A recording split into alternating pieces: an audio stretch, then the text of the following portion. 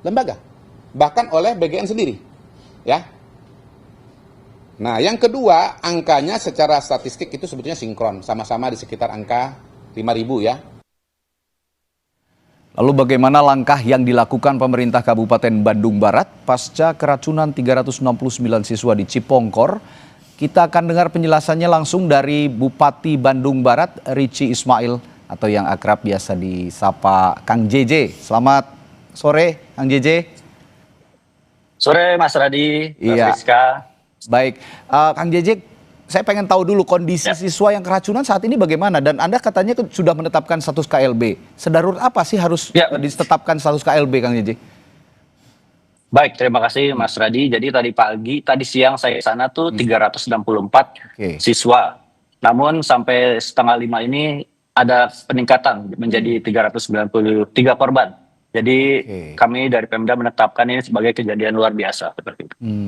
393 ya, saya konfirmasi ulang ya? 393, betul. 393. Artinya, tapi masih, ya silakan. tapi tetap ada masih banyak juga yang sudah dibolehkan untuk pulang ke rumahnya.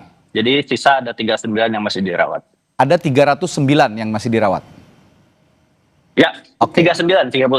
Oh, 339. Baik. Nah, artinya ada mungkin publik juga ingin tahu dasar Anda menetapkan KLB atau ada syarat-syarat untuk menetapkan KLB berdasarkan apa yang Anda ketahui. Bagaimana sih, Kang JJ? Ya, karena ini korban sudah begitu banyak dan juga rata-rata memiliki gejala yang sama dalam kurun waktu 24 jam.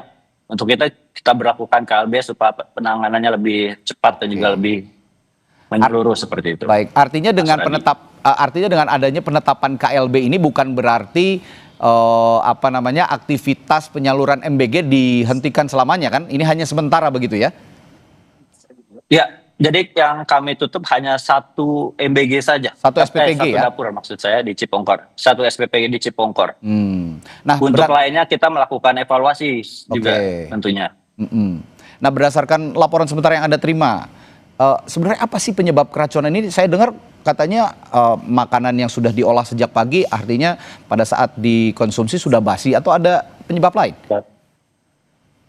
Ya, jadi penyebab utama ini belum 100% terkonfirmasi, Mas. Jadi kita masih menunggu hasil lab. Jadi menurut laporan dari siswa dan para guru ini makanannya bau dan berlendir. Mungkin jadi pengolahannya ini kurang higienis seperti itu. Dan itu yang Anda temukan langsung ketika Anda meninjau tadi pagi? Ya, kalau pas meninjau memang sudah tidak ada. Jadi kita hanya mengambil sampel dari muntahan tadi malam.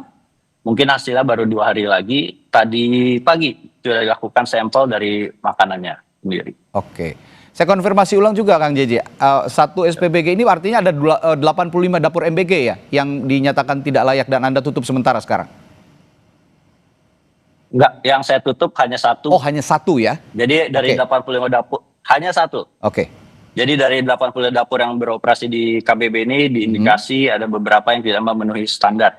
Jadi harus kita cek juga izin dan juga sertifikasi layak sehat dari Dinas Kesehatan.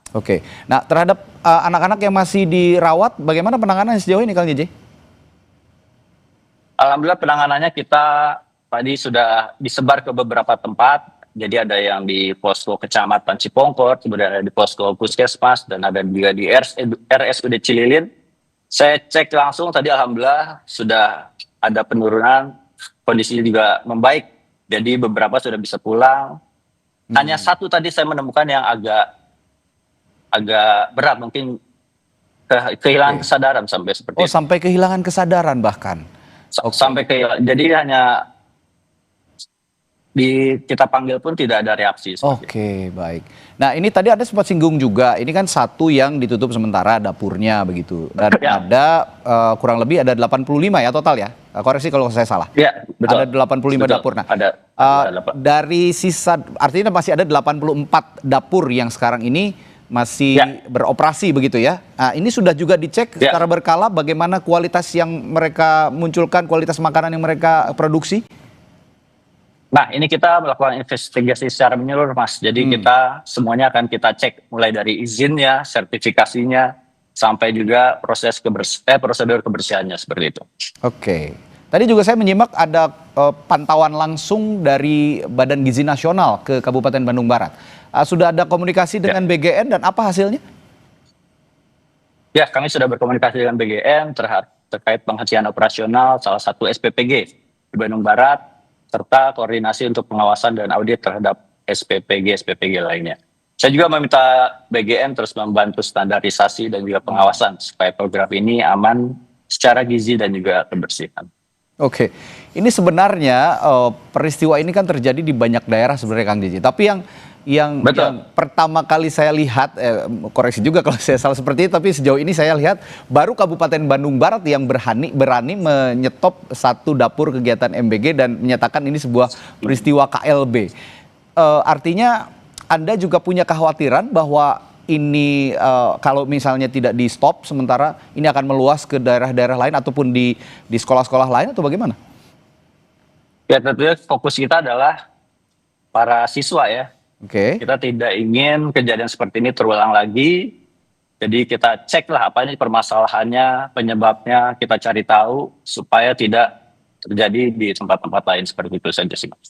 Saya juga ingin tahu reaksi publik Kang Jeje di Kabupaten Bandung Barat, masyarakat KBB dengan ada peristiwa ini. Anda pasti juga menerima keluhan, menerima aspirasi dari mereka. Bagaimana mereka merespons dengan adanya peristiwa ini? Apakah mereka masih tetap percaya dengan program MBG atau meminta MBG ini benar-benar diawasi dengan ketat atau bagaimana? Ya, tentunya kita akan melakukan evaluasi secara ketat ya. Jadi kita akan seperti saya sampaikan tadi dengan BGN kita fokus satu-satu kita cek dari mulai pengolahannya, distribusinya sampai memastikan benar-benar layak dan juga pengawasan rutin. Itu akan kita lakukan. Jadi supaya masyarakat bisa percaya karena program ini juga menurut saya sangat baik ya. Program dari Bapak. Artinya program ini baik ya sebenarnya, hanya yaitu sangat tadi. baik, hanya saja melakukan evaluasi seperti itu. Perlukan pengawasan dan evaluasi. Betul. Lalu ke depannya Pemkab KBB sendiri atau Pemkab Bandung Barat sendiri nanti memastikan menu yang diterima ini siswa ini semuanya layak konsumsi, bagaimana kontrol yang dilakukan pemerintah pemerintah Bandung Barat nanti? Oke, jadi pertama mungkin pemeriksaan izin dan sertifikasi layak sehat di semua dapur. Kemudian kita akan ada pengujian sampel makanan dan prosedur pengolahan, penyimpanan dan juga distribusi. Kemudian ada standarisasi prosedur kebersihan dan higienitas di tempat-tempat pengolahan makanan. Serta yang paling penting adalah pengawasan rutin, inspeksi, dan juga audit dari instansi teknis. Oke, tapi sejauh ini responsnya masih positif ya dari masyarakat KBB ya, Kang Jeje, untuk MBG ini? Ya, alhamdulillah seperti itu. Oke, alhamdulillah. Baik, terima kasih waktunya Bupati Bandung Barat, Richie Ismail atau Kang Jeje telah berbagi informasinya di Sapa Indonesia Malam. Hatur nuhun, hatur nuhun. Hatur nuhun, terima kasih. Berikutnya saudara kami kembali dengan sorotan lainnya. Menteri Pemuda dan Olahraga Erick Thohir menyebut telah menerima